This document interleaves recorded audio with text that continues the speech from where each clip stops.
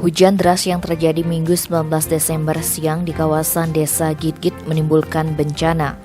Hujan dengan intensitas tinggi itu menggerus seperempat badan jalan di kilometer 11 Desa Gitgit. Selain itu di kilometer 13 juga terjadi longsor dan pohon tumbang.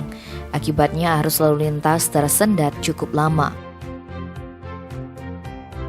Dikonfirmasi via telepon, Kalakar BPBD Buleleng Putu Aryadi pribadi mengatakan akibat intensitas hujan cukup tinggi, jalan sepanjang 15 km 11 jebol dengan kedalaman 4 meter. Di samping itu, SD Negeri 2 Gitgit jebol.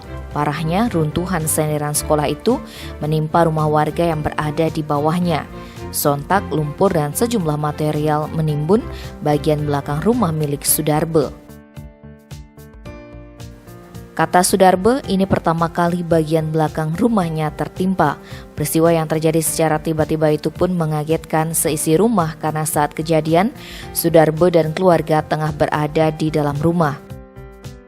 Kejadiannya bermula saat hujan deras melanda. Sudarbe sekeluarga memilih untuk berlindung di dalam rumah. Namun sekitar pukul 14 lewat 30 Wita terdengar suara gemuruh dari belakang rumah. Saat dilihat ternyata senderan SD Negeri 2 Gitgit jebol dan menimbun rumahnya. Tim Bali Express melaporkan.